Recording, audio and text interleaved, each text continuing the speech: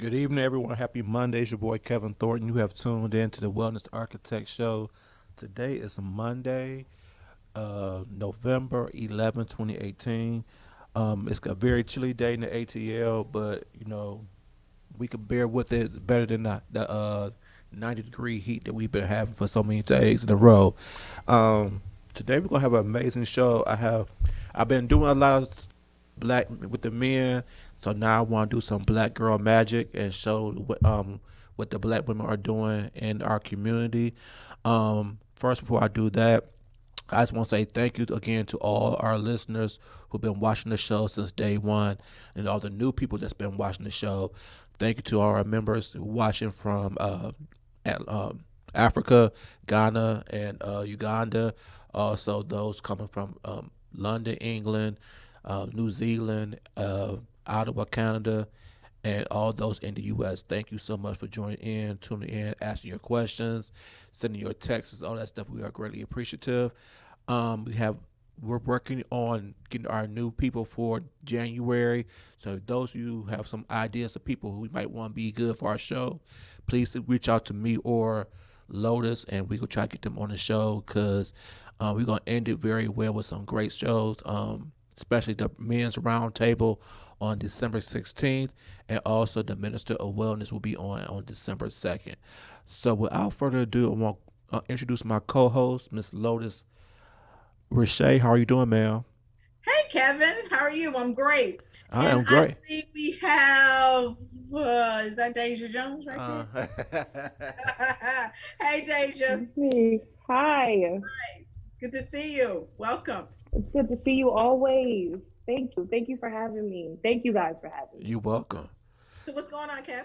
Not much, man. I'm just making life happen. I need to call you this week. What's a good time to call you?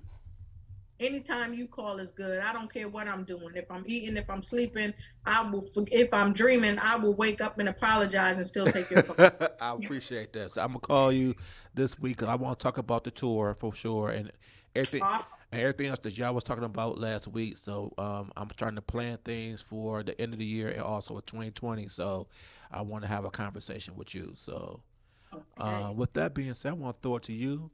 I want you to give us a morning motivation, and also I want you to introduce our esteemed guest. All right. Fantastic. Hello, everybody. Thank you for joining us. I saw Larry. I saw Quanasia, our folks out of North Carolina, Newark, New Jersey, and all over the place. Thank you for joining us. Our topic of the day, our inspiration to the nation, is this: self talk. Now, some of you might be saying, self talk, what is self talk? Hmm. Self talk is basically what you say to yourself throughout the day and basically throughout your life. So, my question to you is, why is self talk important? Ask yourself that. And then I'm going to tell you why.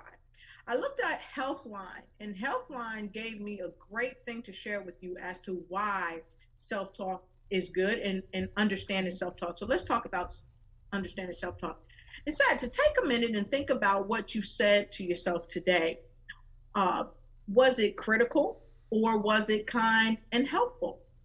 How did you feel after you engaged in this inner discussion with yourself? See, your thoughts are the source of your emotions and your mood. The conversations you have with yourself can be destructive or beneficial. They influence how you feel about yourself and how you respond to events in your life. And I looked at that and I was like, wow, that is super, super duper true. Because I know Kevin and I, we always tell people, think about what you say to yourself. Hmm. Okay.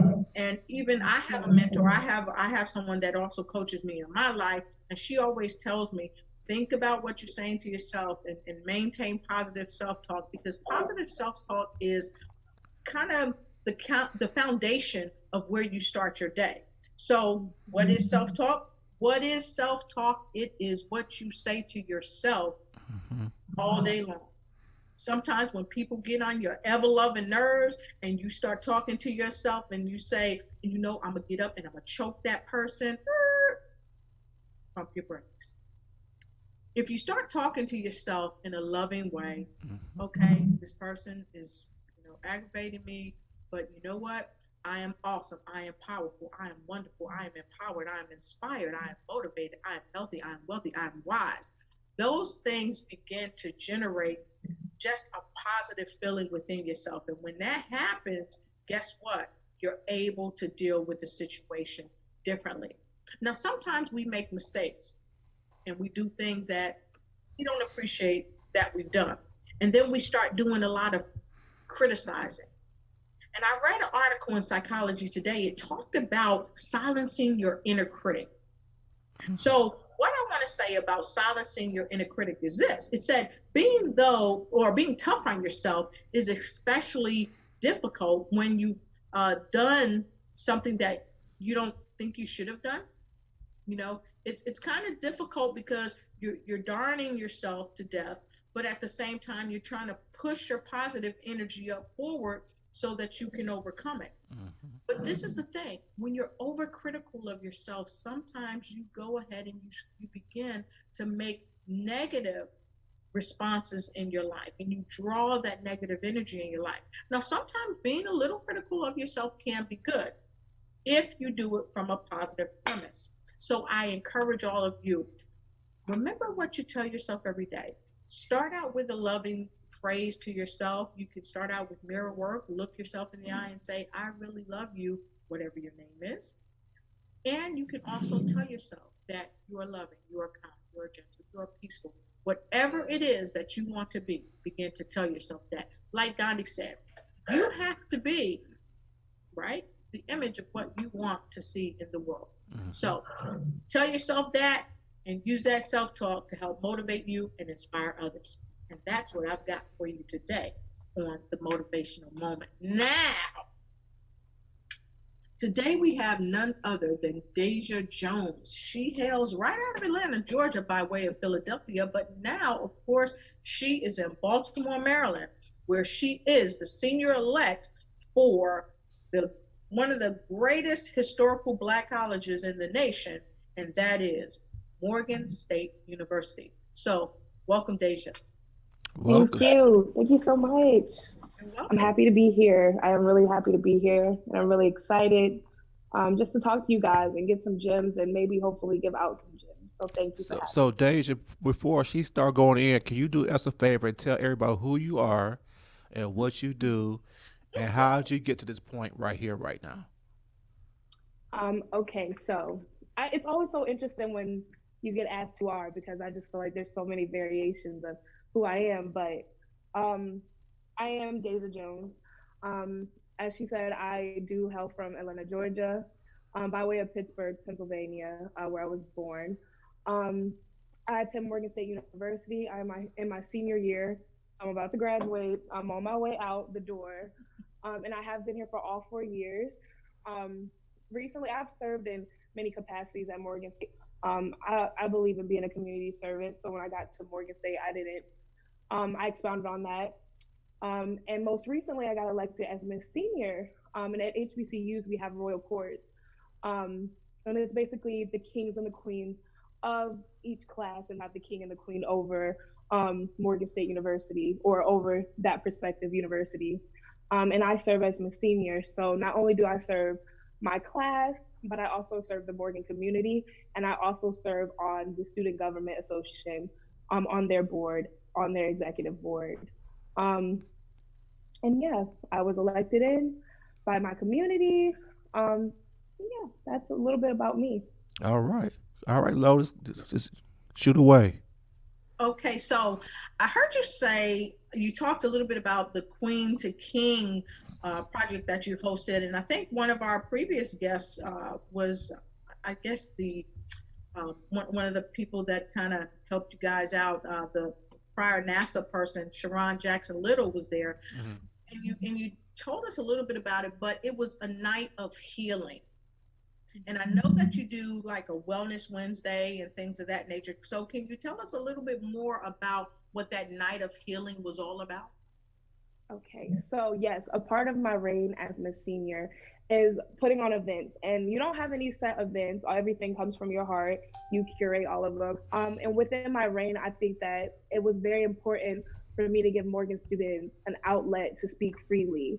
So my reign and the events that I do reflect just that.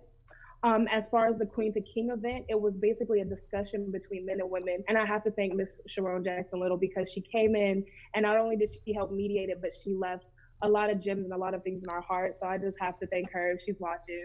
She's amazing. But during the discussion, it was broken up into two different parts. So for 30 minutes, women sat in the middle of the circle, and there was a series of questions, and the women got to answer those questions from their perspective, and the men could not talk. The men in the room could not talk. And then for the next 30 minutes, the men got that same privilege. They answered a series of questions that were similar to what the women had answered previously, and the women could not talk. And the point of the discussion was to not only give people an avenue to speak freely, but um, it was also for two genders to understand the perspective of what it means to live inside of that skin every day. And so many discussions were had. We talked about the vulnerability aspect of being a male and not feeling like you have that space. We talked about the uncomfortability of being a woman and feeling like you're always a target, you know. And at the end, we all just came together in a group discussion, and it was basically just a night of understanding who we are so that we navigate the world better. Um, and that event happened last Monday. And then each month, I do it once a month, but now I'm about to do it once every 2 weeks. I do Wellness Wednesday. And I basically just talk about wellness and what that means. That's the state of being mentally, physically, and emotionally healthy. And each week there's a new topic. So I started off with self care. And I basically just jotted down what self care looks like, you know, what it can be, how you can implement it into your life, and why is it important? Why do you deserve self care? Why do you deserve to care about your state of well being before your responsibilities? And Morgan do it on live on Instagram, so everybody is welcome, not just Morgan students, but the mostly the population is Morgan students. And each week is a new topic. So last week I talked about well, excuse me, last month I talked about seasonal depression because as the season is changing, a lot of people go through depression. It's very real, and a lot of times we don't know how to identify that. You know, we're just sad. We don't know what it is. So I definitely outline what seasonal depression looks like and how you can combat that in healthy ways. And I do have a Wednesday actually. We will be having a Wellness Wednesday panel, and me and this organization called the Braun Effect, who actually presented me the idea to do Wellness Wednesday. We will be talking about various topics, and the Morgan community can come in and just listen to the panel discussion and hopefully share some of their experiences as well. Yes. Wow. That's great. I want to go back to the conversation you had with the men and the women.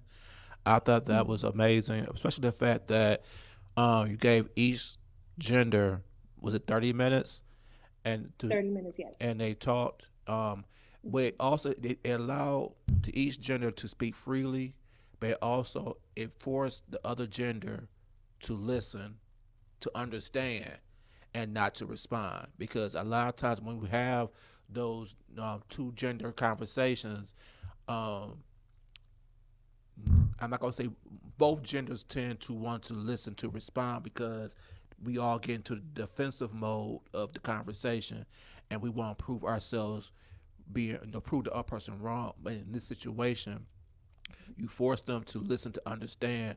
So then, therefore, the women could get an understanding what the men go through and how the men feel, and be a little bit more sympathetic, empathetic, and not trying to be too quick to try to win the argument. And the same for the men. So I really appreciate that one. Thank you. Thank you. You're exactly right. It was really hard because of course, I was a part of the discussion. I was not only mediated, and as well as Miss Sharon Jackson Little, we were both in the discussion. And when the men were speaking, there were times where I almost wanted to jump out of my seat. And and most of the time, to me, it was to prove when we were speaking about vulnerability, I wanted to be like, you can be vulnerable. You know what I mean? But I had to sit back and I had to just listen. And really humbled a lot of us in the room because very few times do we listen to understand. A lot of times we listen to respond, Uh huh. and that was completely not the case. And afterwards, like the people who attended, I got so messages, so many DMs. It was just like, thank you. thank you, because if it had not been for that event, I wouldn't have got to be vulnerable in that capacity. So So I got one more question regarding that. So what was the men's, if you can remember, what was some of the men's statements when it came down to vulnerability and how they felt about it, or could they even feel capable to be vulnerable? um the question of vulnerability was derivative of a question about sexuality. Mm-hmm. Um, and it was, let me try to remember. The question was, do you feel comfortable exploring your sexuality? Um, and a lot of the men in the room just kind of recounted the times that they were trying to, not even trying to navigate their sexuality, but just navigate their emotions. They were turned down and their sexuality was questioned. It's like, oh, you're crying. Oh, you must be gay. You know what I mean? And that's a bigger discussion on how we regard other communities that aren't just straight, and black and white. Um, but a lot of men just feel like they don't have the space to, Mm-hmm. they just feel like I have to be on my P's and Q's because I need to give all that emotional and vulnerability to women, you know? Mm-hmm. And it's completely not that case. In that we talk about toxic masculinity, and in that's where that toxic masculinity stems from, Mm-hmm. because it's just a lot of pent up emotions that don't really have a name to it. And they definitely just express how frustrated they with that, and how growing up and becoming a man, they've learned to combat that with just saying how they feel. Um, so I definitely got to see two sides of the spectrum, because it's like this is what I learned in my house, but this is what I'm learning as a transformative male, that I'm okay being sad, I'm okay being happy, I'm okay being depressed, I'm okay being anxious, and I can seek help too, and I can be vulnerable, and I can speak about it as well. I like that. Lotus, you got anything for? Well, I definitely like the fact that you are working diligently to open the platform so people can talk about where they are when it does come to sexuality and being able to be vulnerable, because I think that's a big thing that we talk about oftentimes on this show, but it's oftentimes not talked about on a massive level. And I say that because a lot of times people are still stuck in the dark ages by what I hear them say, men don't cry. And it saddens me because we are trying to get spiritual beings having a human experience to stay in this human experience of sadness, depression, not feeling worthy, or whatever it may be. We're trying to get them to stay in that moment and deal with it Mm-hmm. without expressing, this is how I'm really feeling as a man. This is how I'm feeling as a young adult. This is how I'm feeling as a young boy. And it be okay Mm-hmm. for society to embrace them and say, guess what? Because we understand the dynamics of what it is to be human, what it is to have feelings, what it is to be emotionally intelligent. Because we understand that, we embrace you and we're not going to belittle you for being in touch with who you are. And a lot of times people say, oh, you have to be in touch with your feminine side. Well, I think it goes a little further than that. It goes to the fact that you have to be in touch with who you are as an individual and as a spiritual being having this human experience, because whether we realize it or accept it or not, we are all interconnected. We are connected to everything, Right. and everything is connected to us. So how is it that a dog can cry and show sadness, but a man uh, cannot, Mm-hmm. a young boy cannot? So I love the fact that you opened the platform up for your participants to just say, okay, we're not judging you, just be who you are. So what sparked you to be able to do that? Because I know that that had to present some challenges to even get people involved. Hmm. I I always say I am my brother and my sister's keeper. I'm the oldest of five. I have one brother, and we're in a single household. So my mother is she's the head of the household, and we've always had that maternal figure. And with my brother, it's being constantly around this feminine whatever femininity is, because it's infinite, so it's kind of hard to tag on to what, feminine energy is, but he was always around it. And I think my brother, he fluctuated with who he was. He's like, unfortunately his father passed and he didn't have that male figure in his life. So I think that I always just think about how I want my to express himself. Like, I get a little emotional because the love is real. But I express to my brother that you can be sad, you can be anxious, you can cry with me. Like, I'm constantly begging for him to how he feels, so that it's not pent up and it's not rerouted in the wrong way. And so the way that I regard men is kind of a direct reflection of how I regard my brother. And being around these Morgan men, like, they've talked to me, we've had the asides, and I'm like, wow, like, people need to hear this. People need to hear how y'all rationalize things. Like, you're not just and I don't want to curse, but you're not just like this image of what they created. Like, you're so multifaceted. You have so much to say to the world. So when I think about doing events like this, I just want people to have a platform to speak, like, speak freely and speak organically. Mm-hmm. So I don't know. That's what drives me, is knowing that I have a little brother who is going to be a reflect these Morgan men one day. So I need to have events that set them up so that they can be, like, emotionally successful, and not just, academically successful, or not just like this image of masculinity, to be, like, vulnerable and be real. I think That's that's what, awesome. And it goes back to something that Kevin talks about all the time when he says being your authentic self. Mm-hmm. And Kevin, can you share with us what that actually means, being a person's authentic self? Being who you truly are and how you truly feel, and not be concerned or worried of the judgment of other people. I think, especially for men, I think a lot of times we are concerned about how we are perceived and how we are going to be looked at if we show our vulnerability, if we are emotional, because even now, Deja is an exception. I'm not saying all women, but there are women now that have embraced that stereotype that if men cry, that's a sign of weakness, and they don't want to be bothered with somebody like that. And so when that's our experiences, then it doesn't allow the men to be their true authentic self, because they're concerned about how they're being perceived and how they're being judged. So with that being said, I want to express gratitude to Deja, because I just think if more women looked at it from that perspective, that if they have a brother and you want your brother to be able to express how he's feeling, so he won't be all bottled up.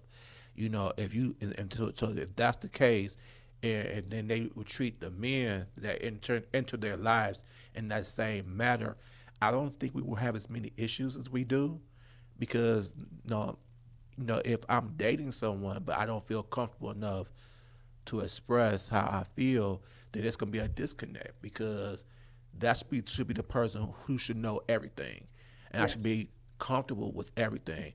But a lot of us men, we're not comfortable with the women we date, because we fear that they'll judge us.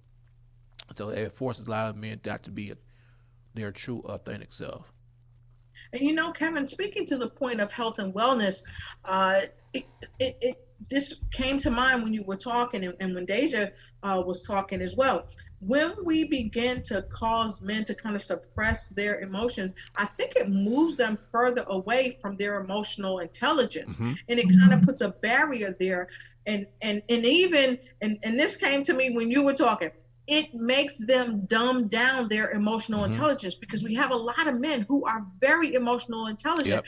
but because of the pressures that men place on men and that women place on men, and also that critical self-talk that they often do to themselves, they beat themselves up, it causes them to dumb down their emotional intelligence. And with that being said, Deja, like Kevin, I want to congratulate you for doing that, and also tell you about one of our viewers, Angela. She typed in that what you did, it sounds great.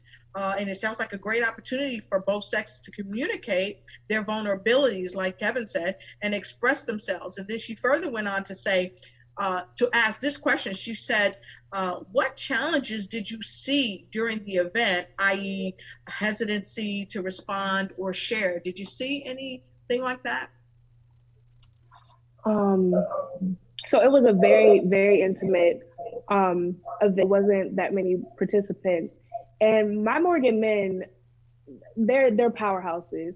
Um, so before I even started the event, I laid down the ground rules, and I basically told them that transparency is key because what is said in this room will not leave the room, which I think helped them because they weren't very hesitant, but they were very ready. They were ready and well equipped with how they wanted to respond to things. And one thing that I noticed that stood out to me a lot is like when the women had their opportunity to speak. One guy who was there, he's my friend Jay, when it was their turn to speak, he was like, I'm an empath and I was really, really feeling what you guys were saying and I'm kind of just coming down off of that. So I was in the room with some men who were very emotionally intelligent and there had been a lot of they have had experiences where people tried to antagonize them for that and bring that, take that down a notch in them. So I don't know. It wasn't really any challenges to get them to speak. I was more just in awe on what they were saying and what they were willing to express. Awesome. Awesome. That's awesome. It's so much because and then too they are the millennials are considered millennials, and I just think the millennials are a little bit more emotionally intelligent than we are, um, and I think that tends to make a disconnect with the men in my generation and the millennials because they are more emotionally intelligent, and so when then we look at them as being overly emotional, and it's not that they overly emotional; they just in tune with their emotions, and we're not because we were raised not to be in tune with our emotions. Where these Yeah. guys now, these men now, are more in tune to it, and they're more unapologetically okay with that. And that's that thing when that's for us as men, we gotta learn from them and learn to be okay with expressing our emotions. And so, that's how I saw it from that. You have anything else you want to add, Lotus? Well, I definitely must say that because if we don't change generationally, Mm-hmm. we are going to continue to perpetuate the same stereotypes and the same negative thinking about men being able to express themselves. And as you know, if you look at the numbers, men typically pass away sooner than women. And a lot of times it's because of heart attacks and strokes and things of that nature because men are so suppressed from being able to express themselves. So I definitely say that this is something, in my opinion, Deja, that you just want to keep doing because these gentlemen, our Morgan men, are eventually going to be fathers and husbands and or husbands and fathers and leaders and things of that nature. And if they don't learn now, if they haven't learned before, if they don't learn now how to deal with the things that are affecting them emotionally, mentally, spiritually, physically, from a premise of I'm okay to express whatever it is that I'm feeling. I feel safe enough to do it. If they don't get to do it, when they get in those power positions, when they get in those marriages or long term relationships, when they become fathers, what's going to happen, in my opinion, is that they too will continue to perpetuate distancing oneself from emotional intelligence, and they will again continue to suppress the ability to say, this is who I am, and this is how I feel, and guess what? I'm okay. I like that too. I want to say also, just as we listen to you talk, because we're going to do a men's roundtable discussion on December 16th, and I just hope and pray that the men come ready like they came ready for yours, so we can do some more healing from a male perspective, regarding being vulnerable, and just the disconnect between different generations, so we as a man could come together as one and be great. But you also gave me motivation, and I we'll talk more about it when I call you this week. Um, that I think that's something that you and I should do as one of our Yes. shows. Yes. To have men and women come. I have the whole audience filled up with men and Yes. women, Mhm. and do it like she did it. And Yes. maybe we might have Deja come on and be the moderator. And Yes, and that would be great. And Deja's working on some other things too, and I'm sure she'll tell us later on down the line. But I think that would be great to have that. And I just wanted to chime in also because we got somebody, Quanasia Brown. She just chimed in and she said that she feels that Deja doing this with young people at the college level is great because a lot of times we are taught so many things that are just not right. Hmm. so, And we got one question, another question. How can we encourage men to share their emotions? is that for age Deja or for anybody? I think it's for both of you. Well, probably for all of us, but that's what it says. How can we, help men to share their emotions? How can Uh, we encourage men to share their I'll let emotions? I'll let Deja go first. Okay. Um, I think, well, what you guys are saying is very, very, it holds a truth. One thing that I speak about like with my peers is breaking generational curses. You know, like we're all trying to retaliate against a flawed system. Mm-hmm. Um, and the only way I can encourage men to express themselves is just give them the space and the opportunity to do so. Mm-hmm. I check in on my male friends all the time. You know, I check in on their mental health, their mental well being, and they reciprocate. So I think Mm-hmm. it's just being on top of each other about being emotionally responsible. You know, learning when and when not to speak up, and speaking up is always.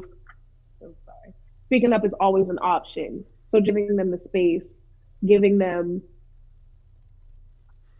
giving them grace and allowing them to be human, just like I allow my sisters to be human or I allow myself to be human. I think that that's how we encourage it. I agree. I would say the same thing. We have to create a space for these men to feel safe, because a lot of them don't feel safe.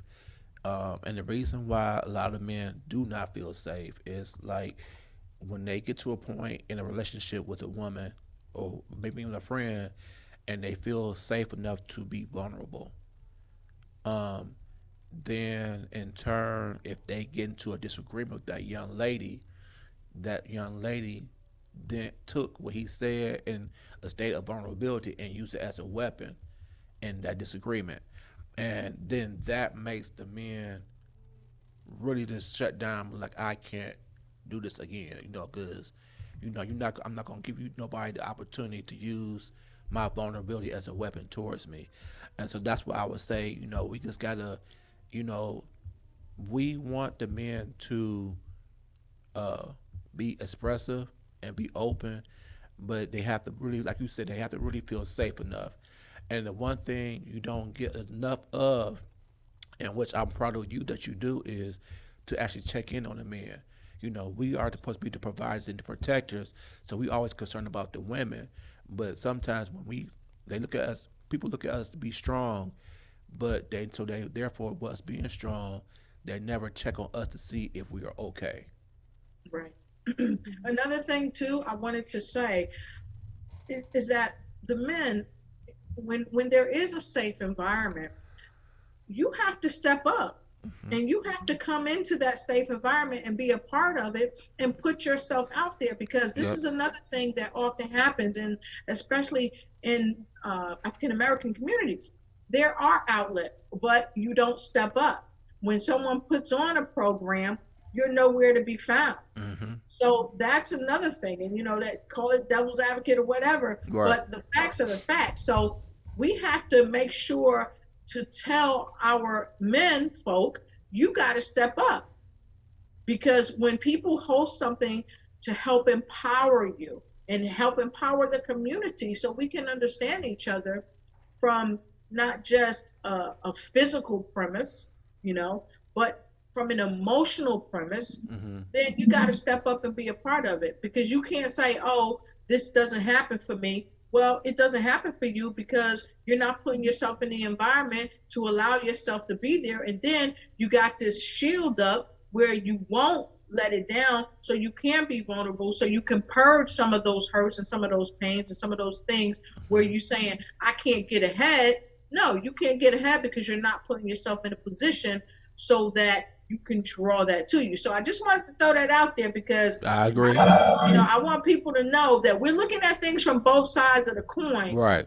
And we're not going to coddle anybody, and we're going to encourage you to step up to the plate so you can be the best version of yourself. Right. And that what you say is Um, absolutely true.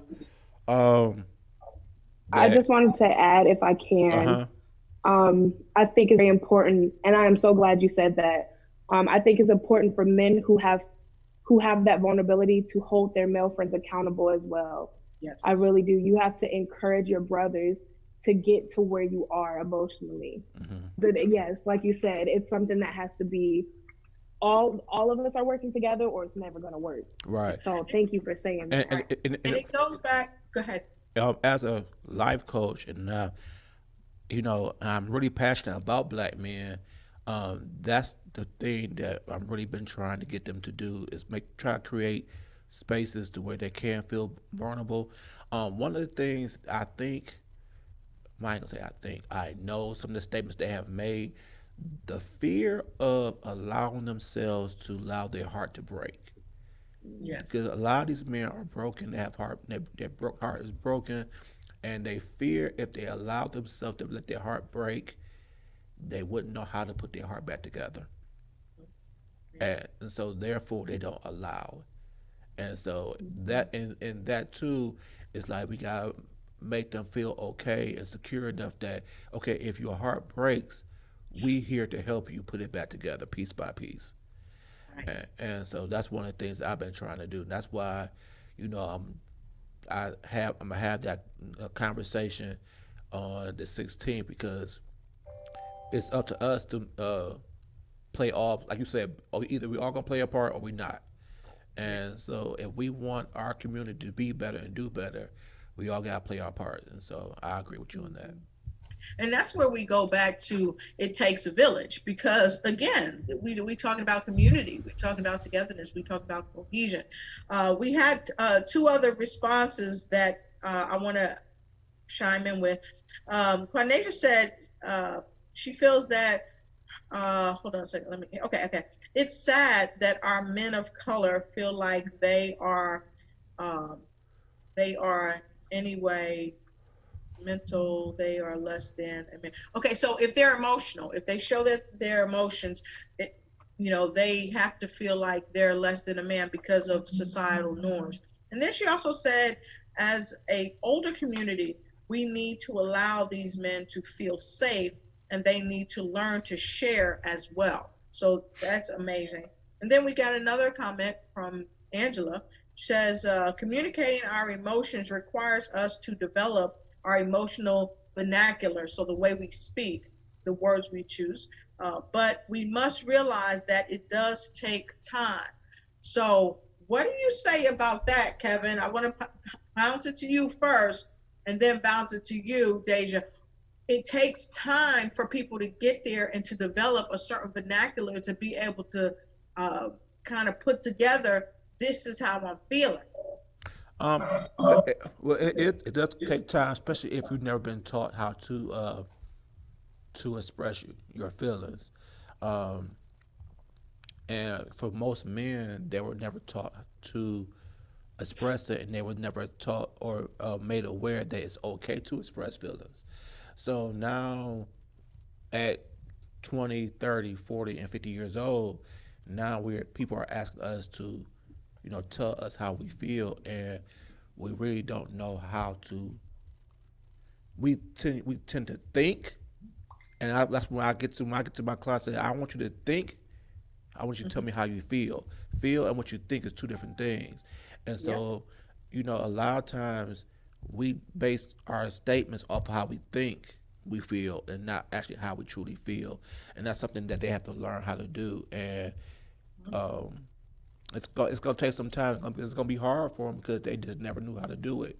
And then therefore, like you say, I just think the men need to surround themselves with people who, oh, like Deja said, is going to who's already emotionally intelligent to force them to be more intelligent and force them to be able to express how they feel and, like they say, make them feel it's okay to do it and not be judged.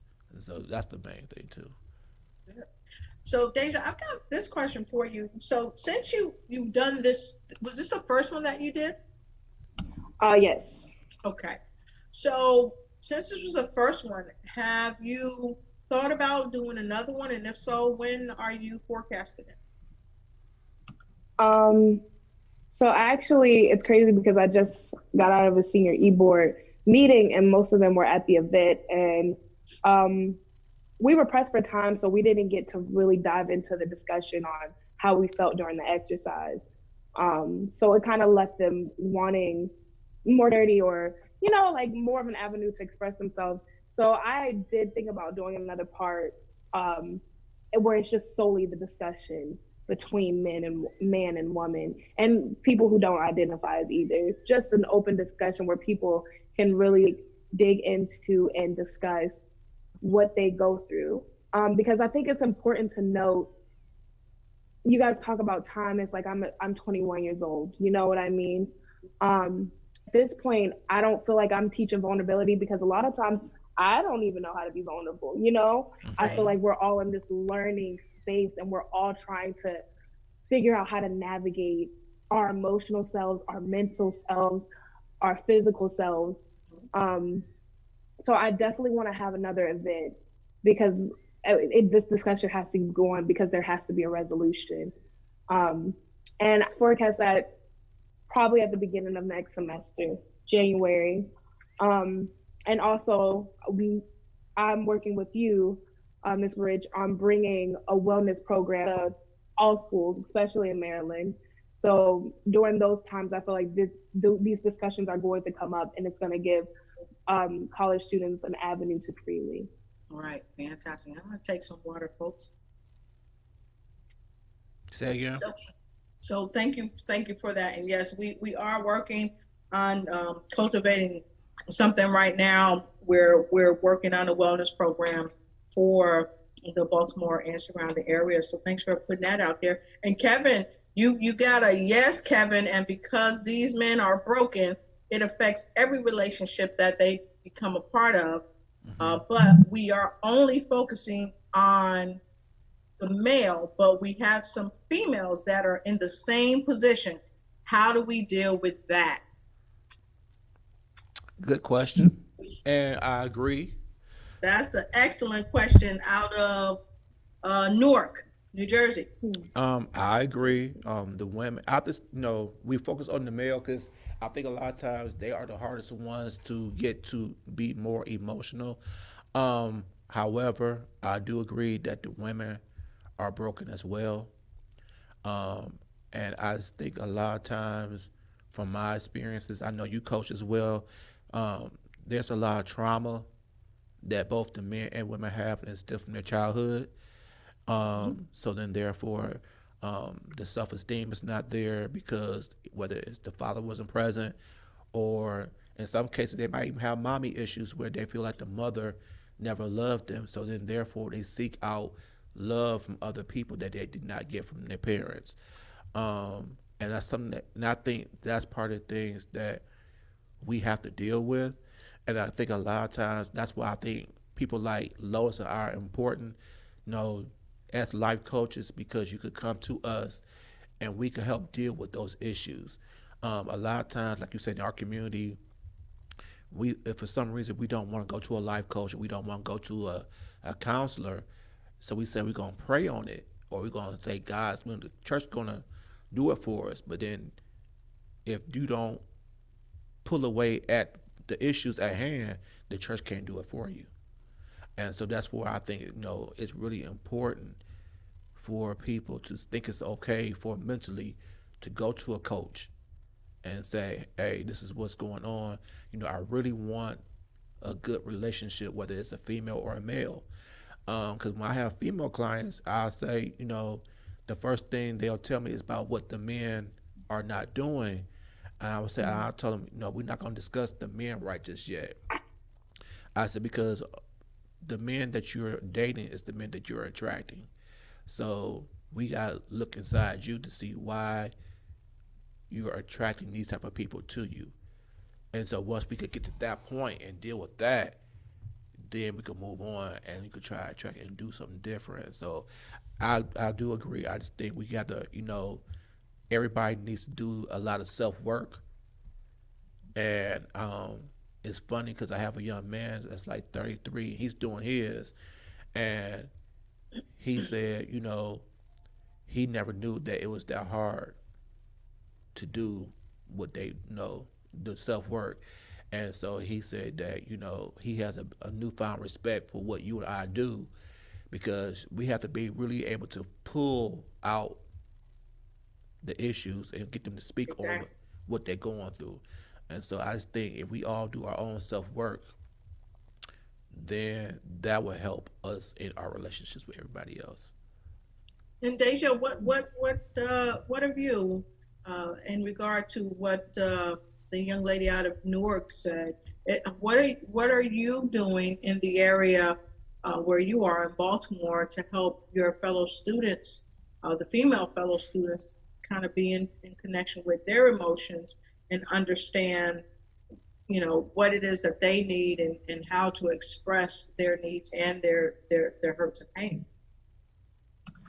Well, I've always found a lot of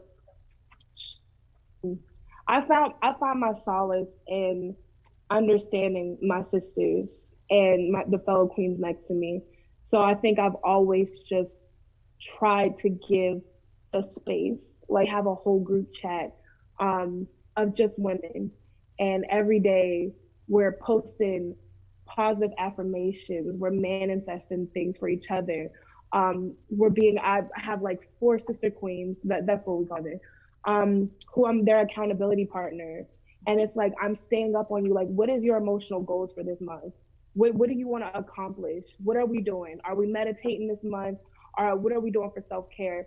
So it's just basically being accountable for each other. And that is in the most organic way. It's just calling and checking up on each other, going to each other's events, like being that support that they may not have had. I'm also part of an amazing organization called the National Council of Negro Men. And we've done a lot of partnerships throughout the years. Um, One just being sister circles. Every Wednesday at our general body meeting, we just get in a huge circle and everybody writes down what I've went through and they all put it in the pal. And then we have a moderator. It's one of the and sisters. That's what we call each other. Um, and she'll read it and we'll all just digest what it means. And sometimes people will come to the forefront of who wrote. Um, so I think all I'm doing is just keeping an open line of communication with my sisters to be like, you're not alone. And just as I'm not alone, you're not alone, and we're going to figure this out together. So, Awesome. so Deja, I want to know what put this on your spirit to be the way you are. Because for you to be at 21 and for you to be this passionate at what you are and what you're doing, what was the catalyst to get you to be like that? Um, it's, I'm a very, um, I'm a very emotional person by right. So you just have to excuse me. Don't worry But about it. um, being at Morgan State, it's really has been a very trying and transformative time. And in specific, my sophomore year, yes, I have my sisters, and just like my sisters, I'm their keeper, and I think about my sisters, and like I want to speak positivity. But my sophomore year, I went through this very dark time in my life. I had dealt with sexual misconduct in a way that I never had. and I just felt dark. I just felt dark. I had no appetite.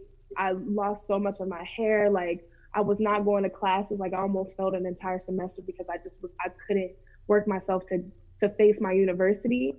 Um, and it got to the point where I had to go home. Like, I had no other choice but to go back to my mom. And during that 3 week period when I was with my mom, I just kind of had to rework my emotional self. Like, I had to tell myself that I was worth, every good thing that had come into me. So I kind of had to rebrand myself from this person who was like in this solitude and I didn't want any help into this light for myself. And like once I got to the point where I was strong enough, I was like, I can't just leave this with me. Like, I have to spread this light because it's not just me. I'm not the only person going things. I'm not the only person hurting. So I would be doing a disservice to myself, my community, my mother, everybody who has watered me and watched me grow. I would be doing a disservice if I just left this light inside of me. Um, so I think that that's drives me. It's like I have to make sure that nobody ever feels the way that I did during those couple of months, you know. Yep. So I wanted to chime in right quick, Kevin, because I hear you and Deja kind of singing the same song, and you sing encouragement, but I hear you singing get the help you need. And I said that because we got a post from one of our viewers, and she said yes, because the Black community make you feel like you're crazy for getting help. And so she said, thank you for your answer, Kevin. She appreciated that. And she said, yes, Lotus is an excellent life coach. Thank you, Deja, for that that information that you gave. And she said that it's great that you're doing that in your area. Maybe she can start something like that in her community. And it sounds really good. Definitely. Wow. That's I just got a lot, I'm thinking about because I do plan on going to the Baltimore area, to do a spin Yes. class, and so I would love um to for a lot of the Morgan people to come and take my spin class, and hopefully I could get Lotus to come up that way, Yeah. and then if we do not if when this happens, maybe we could sit down somewhere and have another conversation. Yeah, I'd love to definitely do a live show from Morgan if we can get the producers from the Kevin Thorne Wellness Architects show to be able to get that going, because I think it would be phenomenal. Even if I traveled to Baltimore and everybody got on the set, and Kevin, you interviewed some of the other folks at Morgan, because I got to tell you, uh, we are seeing college students come into their own these days. They're very intelligent, they're articulate, very mature in many ways. But again, having the support that they need, having the outlets that they need, is something that again the community is going to have to step up and help them, and encourage them to make sure they do that, because it is a great part of healthcare, like Deja said. It is a part of taking care of oneself. So I would definitely be looking. I'm looking forward to it. I think that's something that we should do. What are your thoughts on that, Deja? I would love that. I would love that a lot. The Morgan community, there's so much story, so much trauma. And at times it's really daunting to think about the things that we went through at such young ages. And I think that what we need the most is just that support, those who have been where we are and who have made it through what they went through at our ages. So for you guys to just come and be that reflection, be that like glimmer of hope, it would just do a lot for the community. And that's what we're big on, is making sure that we're great first. And Well, this is a call to action right now for anyone out there. If you are a Morgan alumnus and you are interested in helping uh, the current students and other alumni step into the best version of themselves, and you want to be a part of this, don't hesitate. Reach out to us. Come join us. when we go up to Morgan, because this is going to help set the stage for a lot of people to become the best self that they can possibly be. And it takes everybody to be a part of it and to help push them along and encourage them. So if we got any Morgan folks out there, doesn't matter if you're going to Morgan now or an alumnus, we want your help. We need your help. So, Deja, what do you have going on next in your life?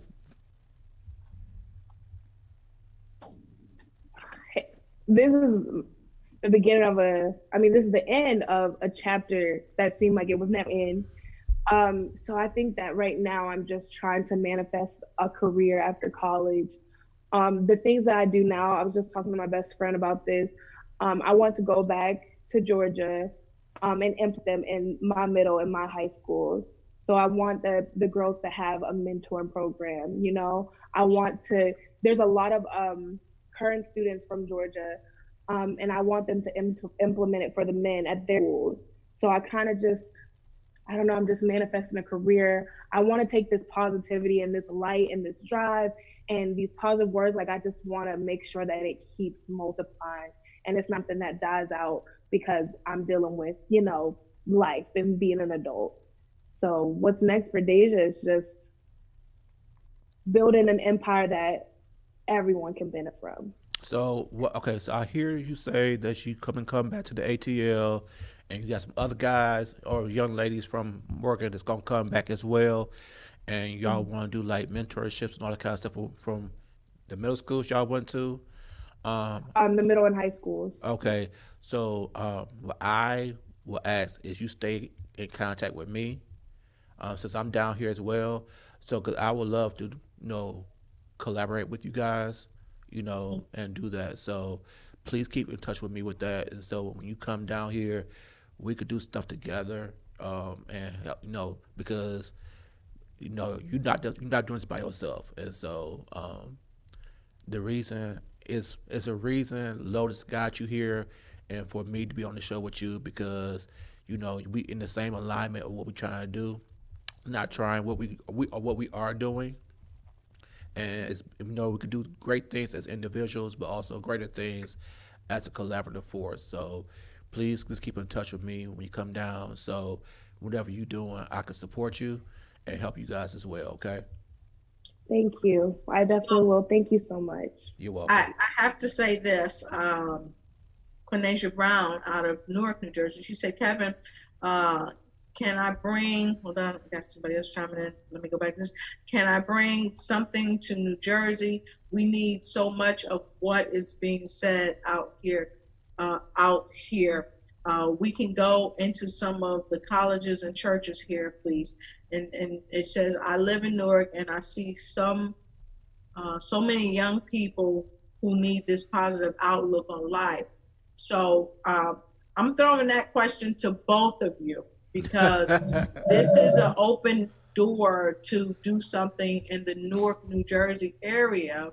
And we would definitely ask the viewer if you have any contacts in that area. I know you are a recent graduate. Um, we would just say yes, reach out to your university. um, And I'm definitely in. What are your thoughts, Kevin and Deja? so I'm gonna let Deja go first, then I'll go after that. Um, I'll go anywhere. I would go anywhere that God wants me to go. I don't think that this message needs to be limited to anywhere. So if you give me a university, a high school, excuse me, my phone fell. You know how it is.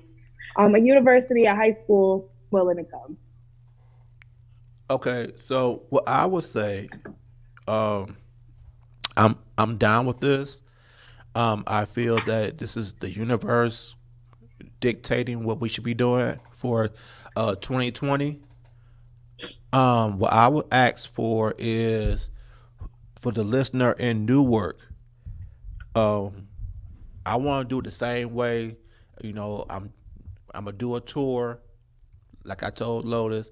So if they could find a spin studio that I could teach a class at, we could teach a class so we could promote the wellness part of it, but then have a sit down like town hall conversation where we have these type of conversations, I'm all aboard. What you think, Lotus? I think that's phenomenal. Of course, I'm definitely and want to do all that we can do to help benefit people and encourage them. We have another question, and Deja, this question is for you. It says, Deja, do you feel that Morgan provides mental health and well-being training for college students? What resources are available to provide students with the skills and tools needed to navigate the stressors and emotional challenges of college life? That's out of Washington, D.C. Um, so yes, I do think Morgan. I'm a student ambassador, so I talk about Morgan and how they navigate mental health a lot because I appreciate it. We have a counseling center with an amazing counseling staff. I utilize the counseling center all the time. It's open from 8 a.m. to 5 p.m. And students can come in there, make an appointment, and just speak freely for an hour. We also resource like if you're not comfortable speaking with a counselor, we have relaxation rooms that you can book for an hour and just go in and de-stress. They're soundproof, so you can scream. They're fully equipped for things to just calm you down or give you like a place to just breathe and kind of rationalize what you're doing. On top of that, the Brown Effect, which is amazing mental health awareness group, conducts group sessions all the time where people are just able, and I say this a lot, but people have to just digest. They have to try to figure out what is the source of the problem. So it's important to consistently give them a space to do that. And the Broad Effect give them a space.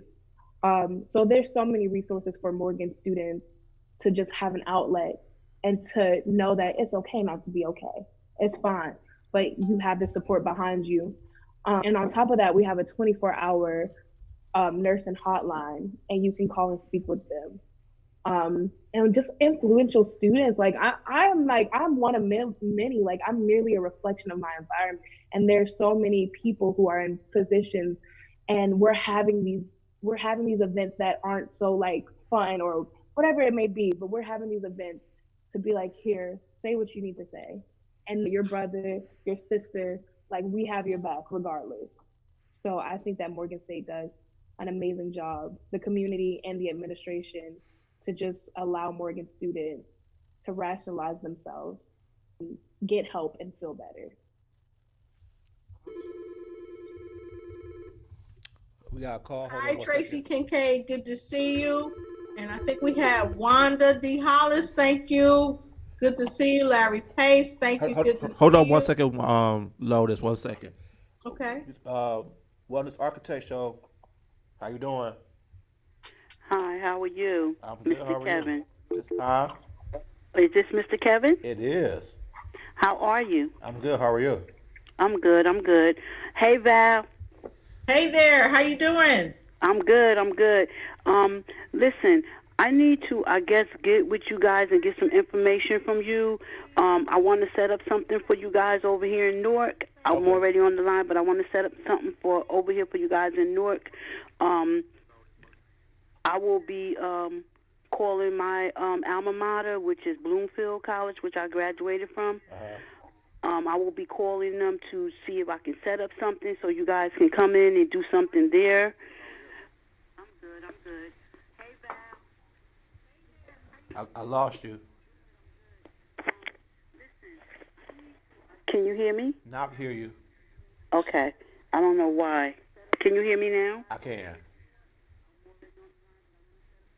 Now I can. I don't know why. Okay, we can hear you now. Okay.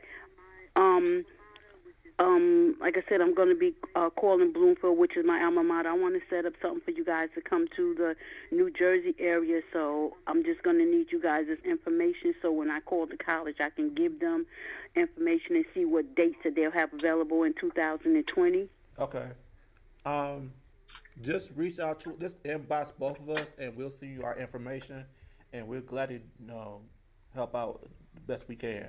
I'm looking Okay. forward. I'm looking forward to it. And thank you so much, and thank you for the positivity with the show. It's really, really great. This is my second week, and it's like it's great. I mean, like this is what we need. I don't sent messages to some of my friends so they can pick up and listen because it's great. I appreciate it. Thank you so much for sharing. Okay. All right. You have a good night. You too. All All right. right. Thank Bye Bye you. bye. bye. Okay, Thank I'm you. sorry about that. Go ahead. That was a Awesome. yeah. So Awesome. what was you? I'm sorry. I know I had to interrupt you, but what was you saying? I don't know, but I know I was saying, hello, Tracy Kincaid. Thanks for joining us. Hello, Wanda Hollis. I meant to say hi to you earlier. Larry Pace from North Carolina, Red Springs. Happy to have you. We have another question for Deja. Deja, Angela wanted to know, are there any peer-to-peer groups there also? Yes, so I spoke about it previously, but the Broad Effect is a peer-to-peer group. Um, who they conduct group sessions all the time, group therapy sessions all the time. Also within our individual organizations, such as the National Council of Negro Women, which is an all-female organization, Smooth Strowman, Overcoming Obstacles Through Hard Work.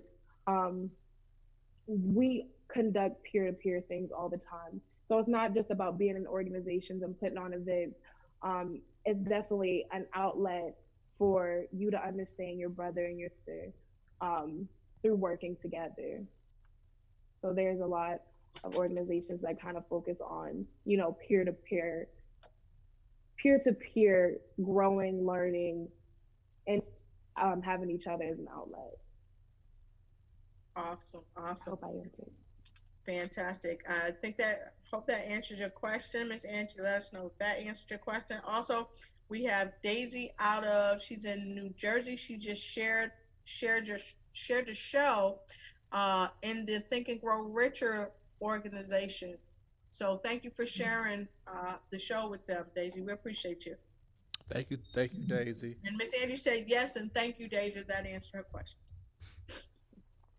So I like to ask my listeners, especially now that you're 21 and you're about to graduate. So if you have no limits, if you have no limits, what would you see yourself doing? And there's no limits. Um, there's limits. I just see myself speaking at high schools and colleges, and giving these tips on understanding yourself.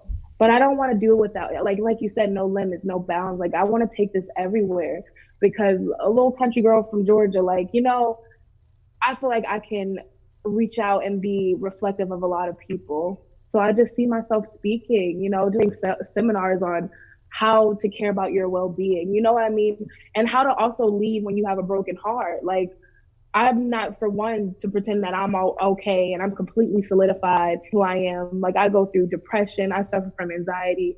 There's so many times that I'm giving up on myself, but I know that with support we can overcome all odds. And I just want that to be a message that is spread throughout everything, and especially to little girls and boys who look like me, because we are derivative of being silenced, our emotions being silenced, and not being able to navigate ourselves in the way that other cultures get to navigate themselves.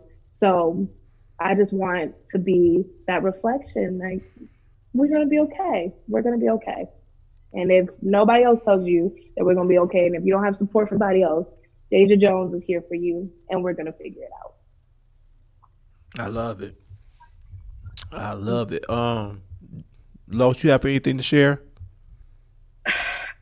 I'm just very thankful to our folks. Hillary Gooden, thank you so much for watching. I'm just so thankful for our folks that's chiming in because it further signifies that Deja, what you have done and what you are doing, there is a need and there is uh, a support for it, and to just have you continue to move forward and do what you're doing because it's unequivocal that when we as children grow up a certain way, if we don't shake off those thoughts and beliefs and behaviors, we carry those things into adulthood. And like Quanasia said, we carry those things into relationships. And Hmm. that's why so many times our relationships, either in our personal relationships, our love relationships, and even our relationships at work, don't often work out because we get locked into these ways of being that we can't shake off because a lot of times we don't have the platform to come forward and say, this is what I'm dealing with. Hey, I need help. And also, like Quanasia said earlier, a lot of times when people go after the help, they're they're ostracized. Hmm. So again, I would say continue to do what you're doing, and thank you for everybody for chiming in. And I just wanted to ask any of our listeners out there, have you experienced where you have a young male or female that has had trouble expressing their feelings and that it's kept them back? What did you do to help that person? And what would you recommend for other people to do to help people as they go and grow? And I'll pose that question to you as well, Deja. What would you what can you share on that?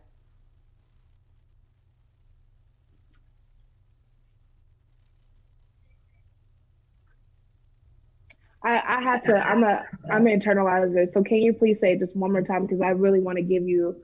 I want to give you correct, like the correct answer from how I feel.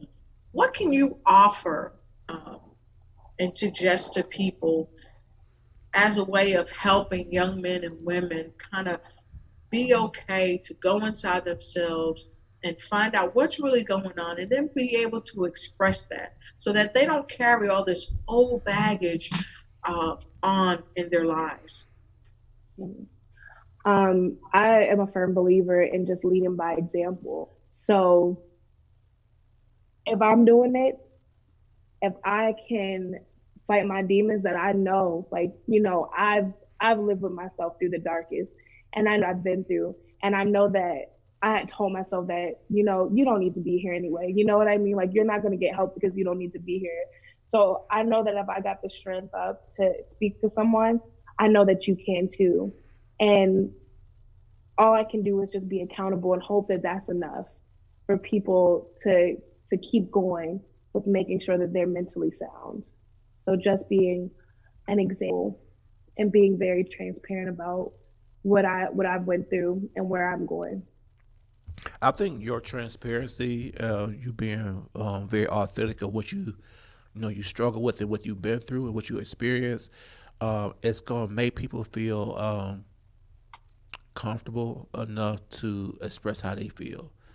Because then, if they, like you said, if they see that you are okay with though expressing your truth and your journey and your experience, whether it was a bad experience, and you was able to express it, and you have come on the other side of it, then you give them the confidence to do it as well. And so I think that's the most important thing, period, because a lot of times people don't talk or don't express because they feel like they're the only one who's going through this, and you sharing let people know that you're not by yourself.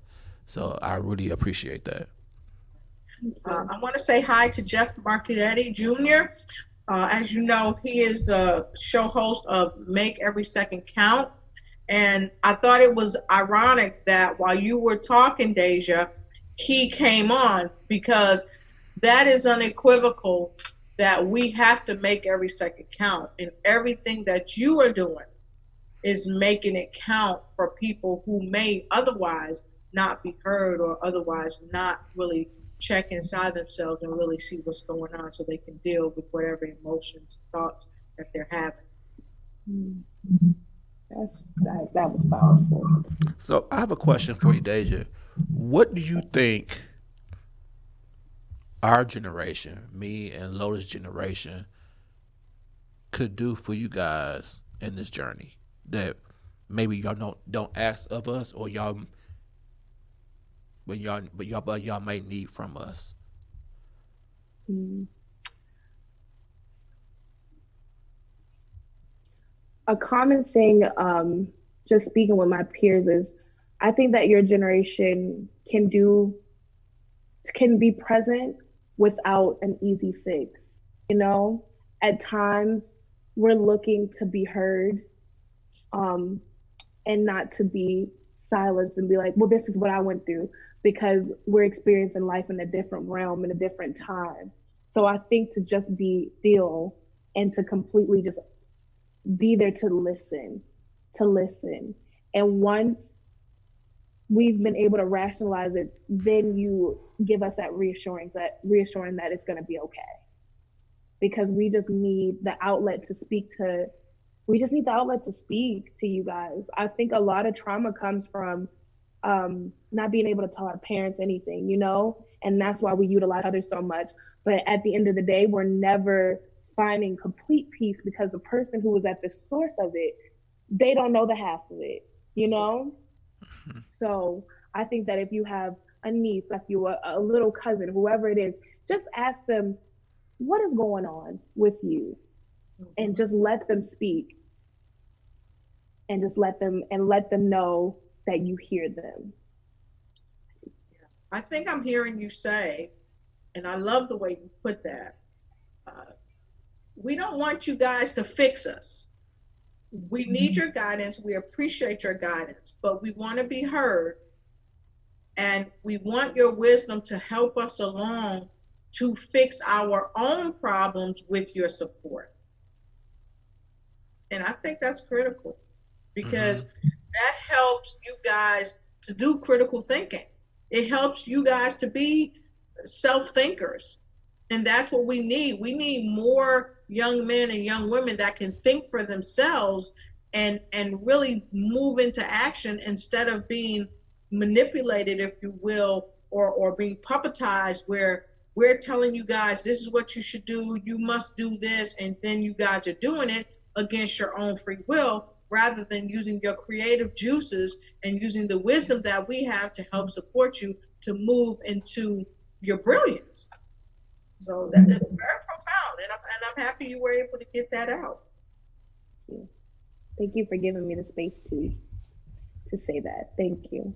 No problem. I think um, I figured that that was something that you were going to say. The reason why I said that is because I've have some people that's in your age range, and that's one of the things that they say a lot is that they feel like they're not being heard.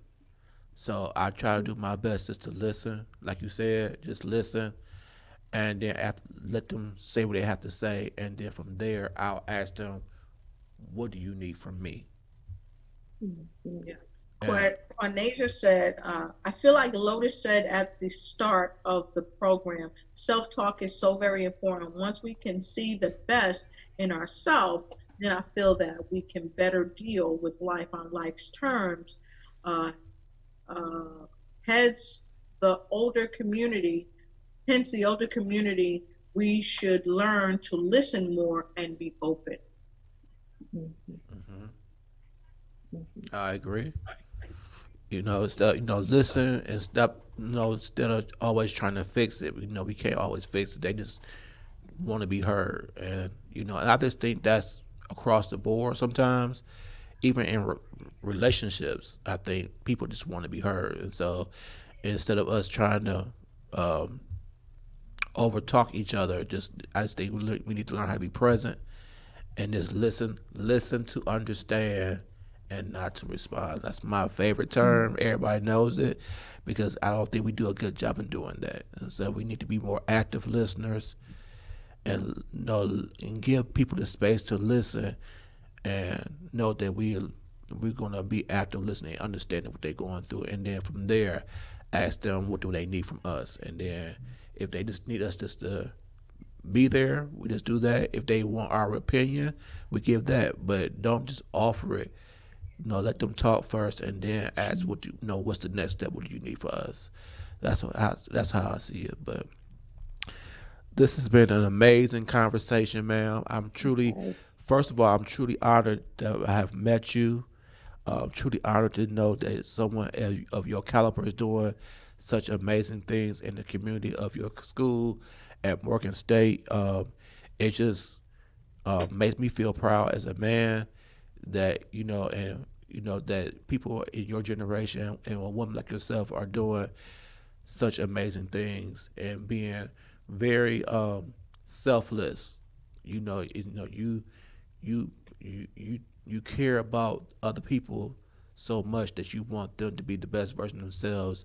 So you creating spaces for them to learn how to be self care, how to be able to be vulnerable and have the space of being vulnerable and not being judged. And so with that, I just want to give you kudos, my respect, Thank you. my gratitude because we need more people like you.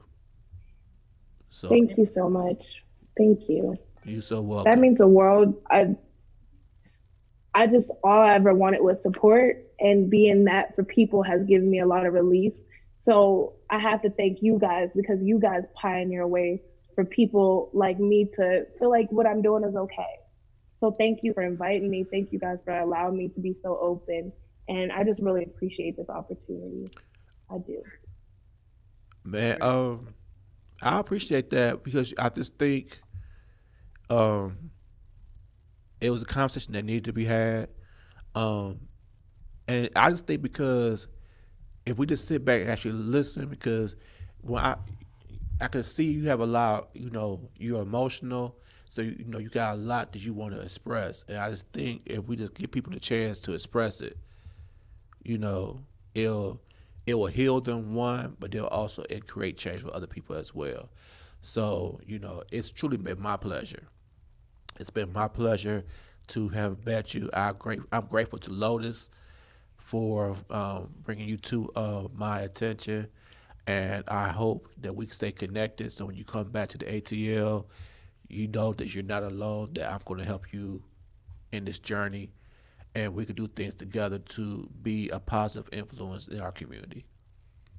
And I definitely would love to be able to chime in or have you on the show to kind of talk about your Wellness Wednesday so that people at Morgan and also in the Baltimore area and in other locations can also see what the Wellness Wednesday is like and how it can help other people to be well in their body, in their mind, in their soul, and in the way that they communicate.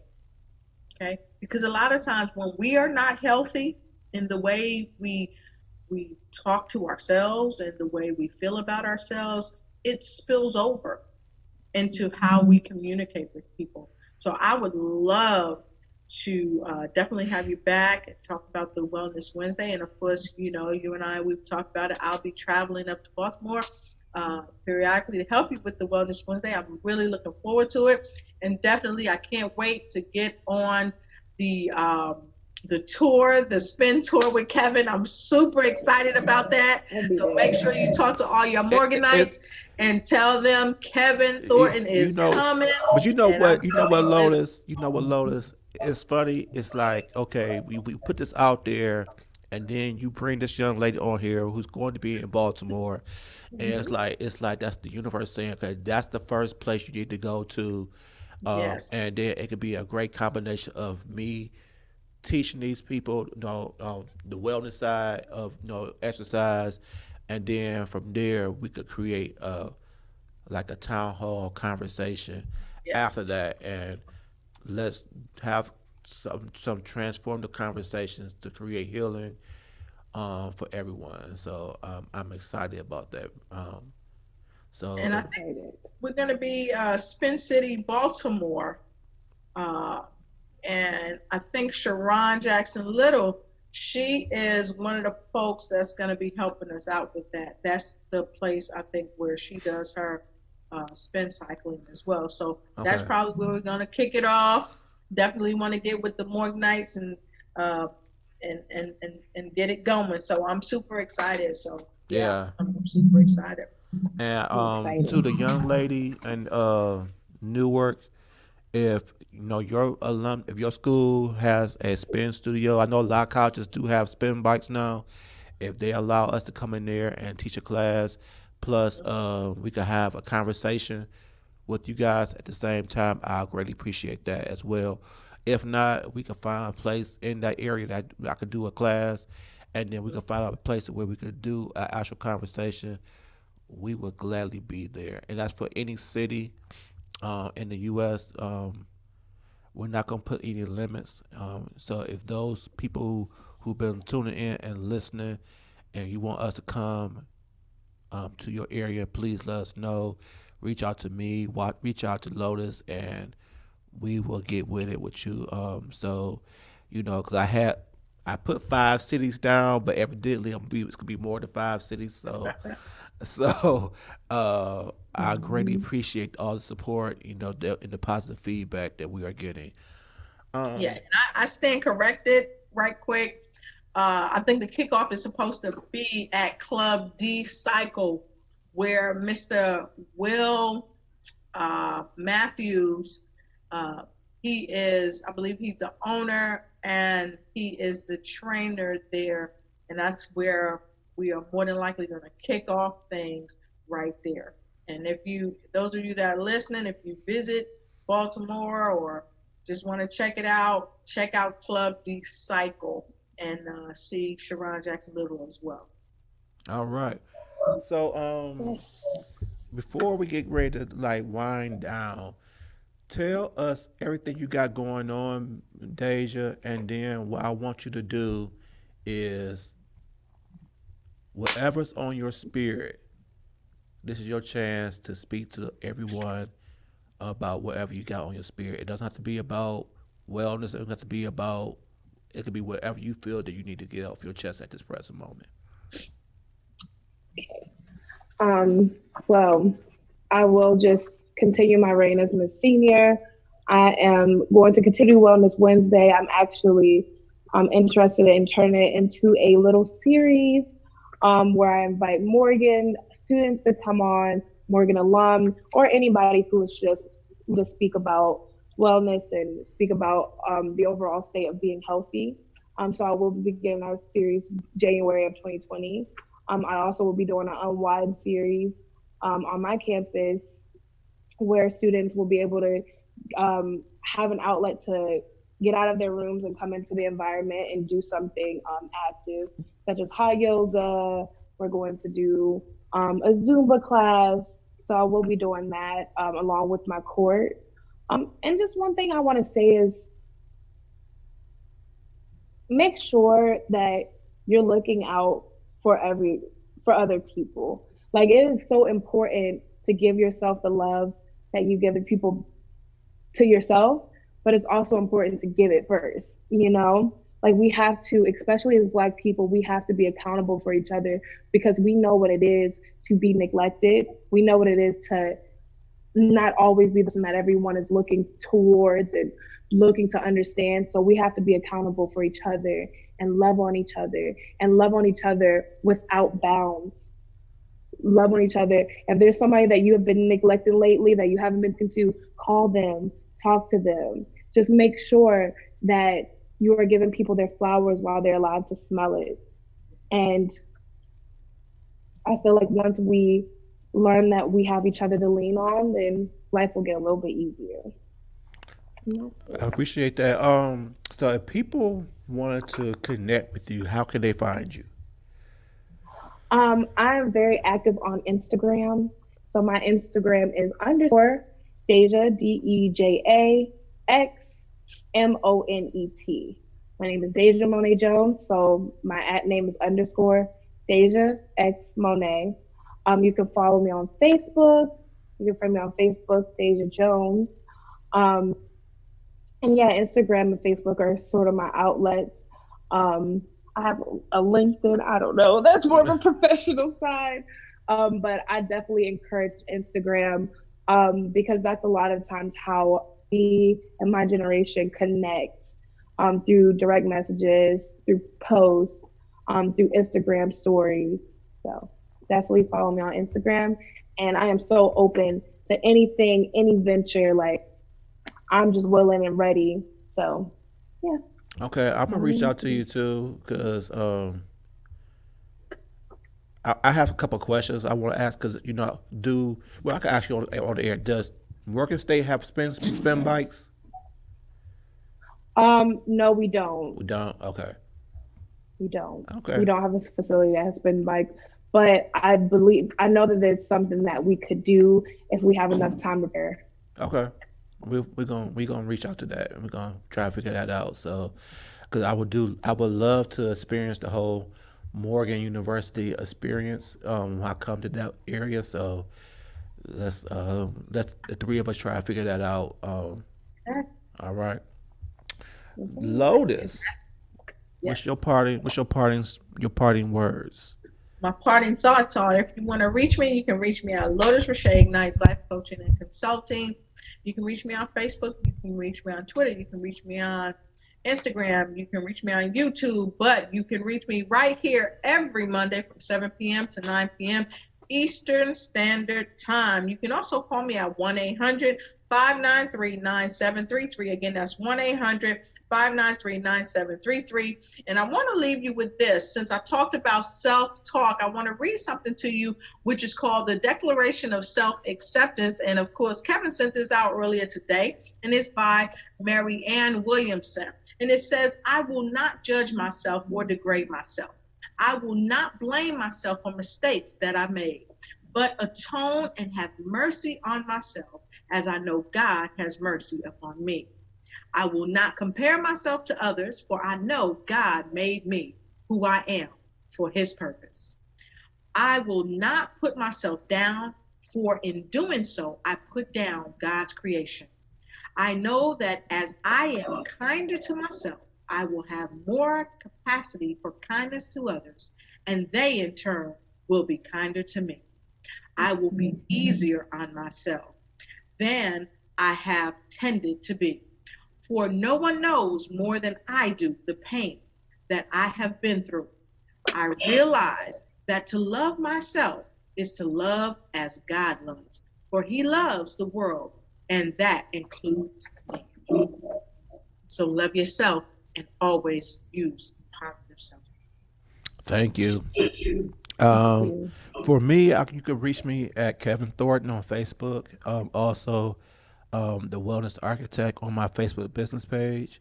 On Instagram, it's going to be at the Wellness Architect, and on Twitter, it's Mr. Kevin Thornton. Please reach out to me if you have any questions. If you want to know anything more about health coaching or life coaching, send me a message and I'd like to get back with you. Um, I'm working on some great things for 2020. We are going to be in discussion this week about what we're going to do for 2020 as a show, but also evidently the universe is pushing us to do a movement to different cities. So we're going to talk about that as well for ourselves, and also as we prepare to go to Africa in 2020 as well. So Yes. yeah, so it's an exciting time for the Wellness Architect Show and also Lotus Riche. Um, so I'm greatly appreciative of that. I want to give a shout out to my mentor, coach, uh, Robert Pruitt, who's out of the DMV area as well. He's getting ready to go on a little mini tour himself, and he's going to come to the ATL. So I'm trying to find a venue for him. And when he come to the venue, then I will be the guest speaker to introduce him to that. So I'm greatly appreciative of this opportunity that's come along with me. And what I would say is everything is a journey. And, I think a lot of times we get so scared, get so frustrated because the journey is not going as fast as we want it to be. And it's not about what we want to be is how God wanted for us. And during the journey it's gonna be some experiences that we need to achieve or experience that's gonna make us better and stronger as we get to a higher level in our journey to where we're going to be, our ultimate greatness. And we need these pitfalls and valleys and all the other kind of things to make us stronger, spiritually, mentally, and physically stronger. Because as we accomplish more, we're gonna need that spiritual and that mental strength. And you get that by going through the peaks and valleys in the journey. And so, when you each day you ask yourself, what am I supposed to learn today? If you go through a hard time at this present moment, your question should be asking God is, what's my lesson for this? So then therefore you can learn the lesson, get stronger from that, and grow from it. So with that being said, first of all, once again, I am truly grateful to Miss Deja Jones. You have really uh, opened my heart today with your authenticity, um, with you being free to express how you feel. I hear you that we as a generation need to be more willing to listen. So I was fully open and ready to listen to your whole journey, and so it just made me more inspired to do more than what I'm already doing. So I want you to know that you have affected me, and so I'm truly grateful to you. With that being said, I want everybody to be great. I want them to be authentic, and I want you to be unapologetically you on purpose. Thank you so much, and we are out. Peace. Thank you. Thank you, Deja. Thank Thanks, you. Deja. Thanks, Kev. Thank you, Thank Lotus. you. Welcome.